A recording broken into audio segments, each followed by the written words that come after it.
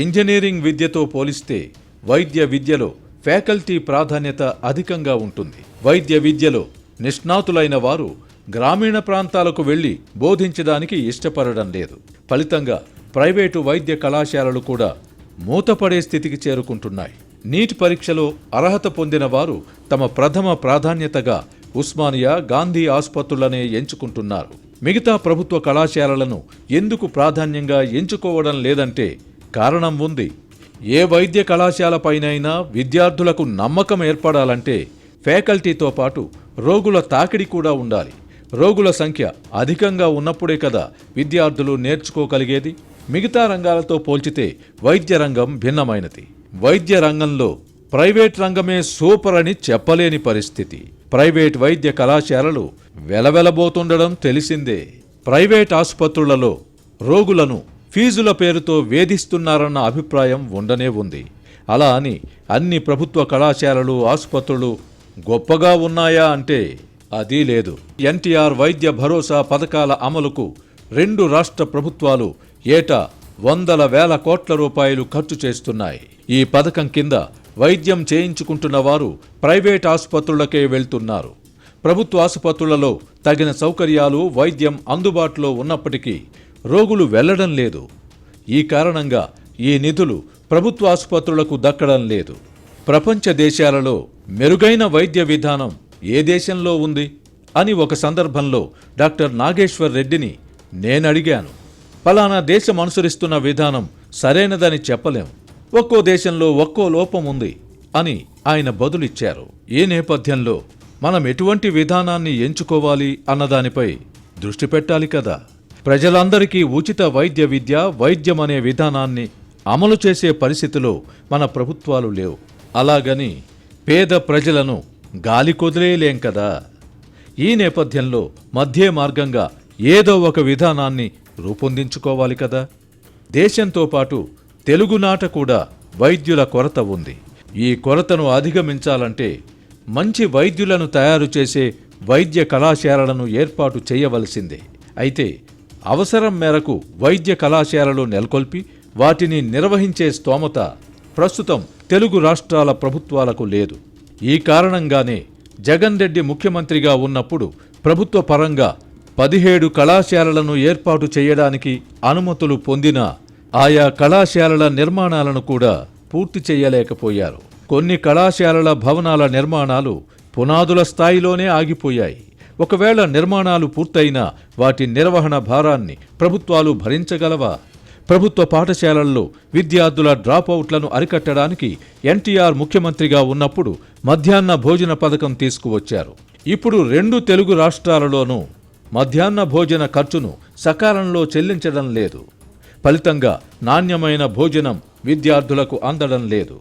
వైద్య కళాశాలలను కూడా సరిగా నిర్వహించలేకపోతే అక్కడ విద్యను అభ్యసించే వైద్య విద్యార్థుల పరిస్థితి ఏమిటి? నాసిరకం వైద్యులను తయారు చేయడము అంటే ప్రజల ప్రాణాలతో చెలగాటమాడడమే కదా. పబ్లిక్ ప్రైవేట్ భాగస్వామ్యంలో వైద్య కళాశాలలు ఏర్పాటు చేయడమంటే వైద్యాన్ని, వైద్య విద్యను పేదలకు దూరం చేయడమే అని ప్రతిపక్ష రాజకీయ పార్టీలు విమర్శించవచ్చును గాని అందులో వాస్తవం లేదు.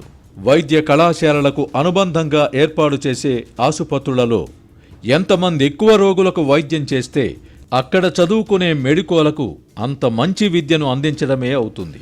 ఇకపై వైద్య కళాశాలల్లో పేదలకు చదువుకునే అవకాశం లభించదని విమర్శించడంలో కూడా హేతుబద్ధత లేదు.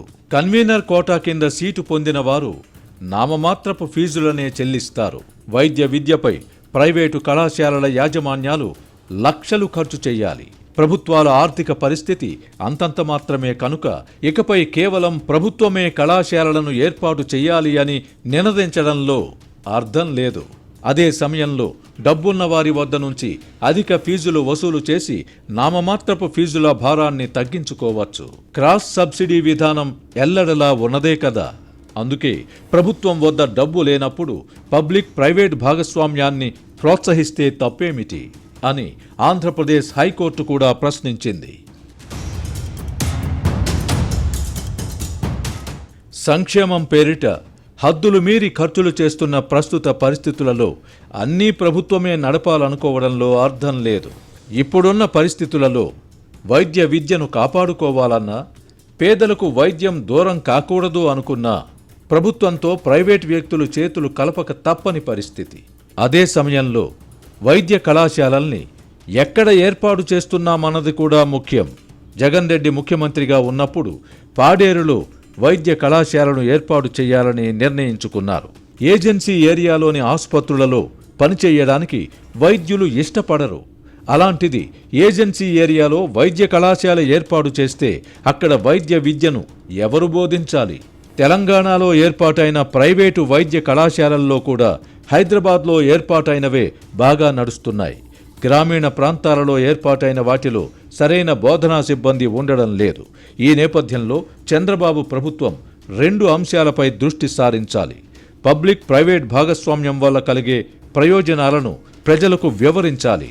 అదే సమయంలో కొత్తగా ఏర్పాటు చేస్తున్న కళాశాలల్ని రాజకీయ కోణంలో చూడకుండా ప్రధాన నగరాల్లోనే ఏర్పాటు చేయాలి.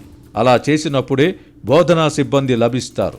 ప్రైవేట్ ఆసుపత్రులలో పనిచేసే ప్రముఖ డాక్టర్లు కూడా విధిగా విద్యాబోధనకు కొంత సమయం కేటాయించాలన్న నిబంధనను కూడా అమలు చేయాలి.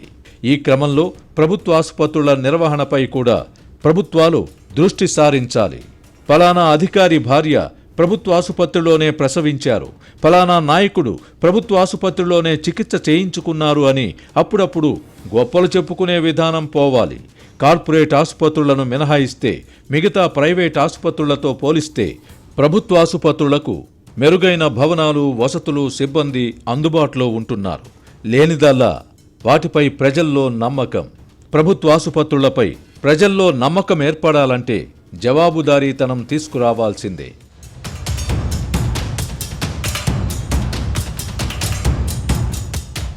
ఉమ్మడి రాష్ట్రంలో చంద్రబాబు ముఖ్యమంత్రిగా ఉన్నప్పుడు ఉస్మానియా, గాంధీ ఆసుపత్రులలో యూజర్ ఛార్జీలు వసూలు చేయాలని సంకల్పించగా తీవ్ర వ్యతిరేకత వచ్చింది. ఇప్పుడు పరిస్థితులు మారాయి. క్రాస్ సబ్సిడీ విధానం అమలు చేయగలిగితే పేదలకు ఉచితంగా వైద్యం చేయడంతో పాటు డబ్బున్న వారికి మెరుగైన సదుపాయాలు కల్పించవచ్చు. ఇందుకోసం ఎంపిక చేసుకున్న ప్రధాన ఆసుపత్రుల్లో అయినా పబ్లిక్ ప్రైవేట్ భాగస్వామ్య విధానం ప్రవేశపెట్టవచ్చు. ఈ విధానాన్ని కొంతకాలం పాటు గమనించి ఫలితాలు బాగుంటే మరిన్ని ఆసుపత్రులకు విస్తరించవచ్చు. ప్రభుత్వ ఆసుపత్రులలో ప్రైవేట్ వార్డులు, గదులు ఉంటే తప్పేమిటి? పీపీ విధానంలో పేరొందిన డాక్టర్లకు ఆ ఆసుపత్రుల నిర్వహణ అప్పగించవచ్చు. తమ స్వార్థం కోసమైనా వారు కష్టపడతారు. శస్త్రచికిత్సల్లో నిపుణులను రప్పించి డబ్బు చెల్లించిన వారితో పాటు పేదలకు కూడా వారి సేవలను అందించవచ్చు. వైద్య భరోసా కింద ప్రభుత్వాలు ఖర్చు చేస్తున్న నిధులు కూడా ప్రభుత్వాసుపత్రులకే దక్కుతాయి. ఫలితంగా వాటి ఆర్థిక పరిస్థితి కూడా మెరుగుపడుతుంది. నిపుణులైన వైద్యులకు ఫీజు చెల్లించి ప్రభుత్వ ఆసుపత్రులకు రప్పించవచ్చు. పలువురు వైద్య నిపుణులు ప్రైవేట్ ప్రాక్టీస్ చేసుకుంటున్నారు. అలాంటి వారికి సొంత ఆసుపత్రులు లేవు. వారికి ప్రభుత్వ ఆసుపత్రులు వేదికవుతాయి. ఈ అంశంపై ప్రభుత్వం దృష్టి సారిస్తే పటిష్టమైన విధానం ఆవిష్కృతం కావచ్చు.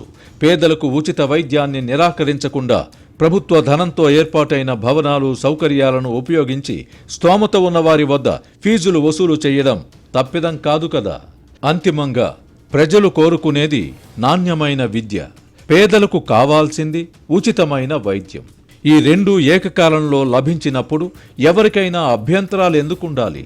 వైద్య రంగంలో ప్రభుత్వం మాత్రమే ఉండాలనే విధానం ఫెయిల్ అయ్యింది. ప్రైవేట్ రంగం కూడా పేదలకు భారంగా మారింది. ఈ పరిస్థితుల్లో మధ్యస్థంగా ఉండే పబ్లిక్ ప్రైవేట్ భాగస్వామ్యమే పరిష్కార మార్గం కావచ్చు. దీన్ని ఒక ప్రయోగంగా అమలు చేయడంలో తప్పు లేదు. ఏ విధానంలో అయినా చెక్స్ అండ్ బ్యాలెన్సెస్ ఉండాలి. ప్రైవేట్ వైద్య రంగానికి చెక్ పెట్టడానికైనా ఈ పీపీ విధానం దోహదపడవచ్చు. రాజకీయ పార్టీలు హిపోక్రసీతో సతమతమవుతున్నాయి. అందుకే అన్నీ ఉచితమంటున్నాయి. ప్రభుత్వాల వద్ద డబ్బు లేనప్పుడు ఉచితమెలా? పరిస్థితుల్లో మార్పు లేకపోతే ప్రభుత్వ ఆసుపత్రులలో కనీస సౌకర్యాలు కూడా లేకుండా పోతాయి. వాస్తవ పరిస్థితులకు అనుగుణంగా నిర్ణయాలు తీసుకున్నప్పుడే ప్రజలకు మేలు చేసిన వారవుతారు. రోగులకిచ్చే మందులు తీయగా ఉండవు కదా. అలాగే మార్పునకు శ్రీకారం చుట్టినప్పుడు ఎంతో కొంత వ్యతిరేకత వస్తుంది, విమర్శలు కూడా వస్తాయి.